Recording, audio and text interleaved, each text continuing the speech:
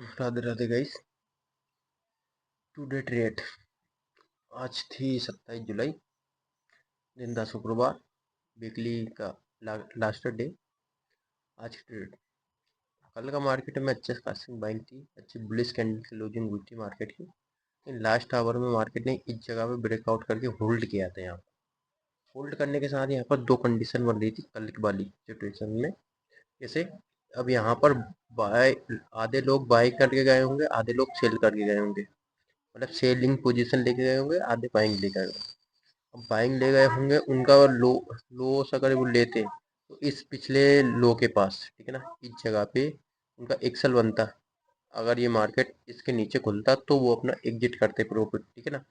और seller seller को view ये होगा कि अपना मार्केट एक सेलिंग मूव आ सकता है, प्रॉफिट बुकिंग की वजह से आ सकता है कि वो ट्रेंडिंग मूव चल रहा है मार्केट में 2 दिन से, इसलिए 2-3 दिन से ये गैप अप ओपन हुआ इसमें और मार्केट ऊपर गया।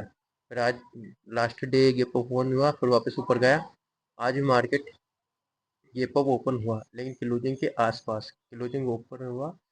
पहली कैंडल इसने बिग बनाई, बिग बनाने के साथ दूसरी कैंडल जो ये बनी थी, यहाँ पर व्यू मेरा पुट का था, लेकिन यहाँ पर एंट्री में करता, लेकिन जो मेरे पास पीरियम था उस टाइम पे वो थोड़ा सस्ता था। मैं उसको महंगा, मतलब दूसरा स्ट्राइक प्राइस चेंज करते टाइम कर ही रहा था, उसके पहले इसने आधा ज़्यादा मूव दे दिया, तो फिर मेरा रिस्क रिवॉर्ड मेंटेन नहीं हो पा रहा था यहाँ पर।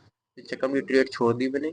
उसके बाद में मैंने ट्रेड में जब से रिटेस्ट के टाइम पे, इस रिटेस्ट पे मैंने एंट्री करी थी यहाँ पर। तो यहाँ पर मेरा व्यू था कि मार्केट यहाँ तक, इस पिछले सपोर्ट जोन तक आ सकता है। इस चक्कर में मैंने इसे होल्ड किया था। होल्ड करने के बाद वापस मैंने इसको यहाँ पर कोस्ट टू कोस्ट के आसपास ही क्लोज किया था।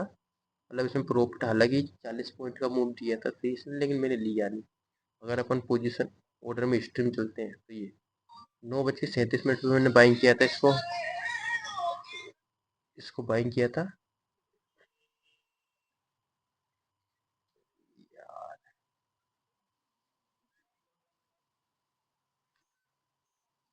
अब यहाँ पर ये मैंने पुट वाली ट्रेड करी थी, यहाँ पर मैंने 460 पे उठाया था, ठीक है ना। 465 पे निकाला था, लेकिन इसने हाई लगाया था लगभग 504 तक का, जैसे पीटीएम में चलते हैं। यहाँ पर इस कैंडल में मैंने बाइंग किया था, ठीक है ना।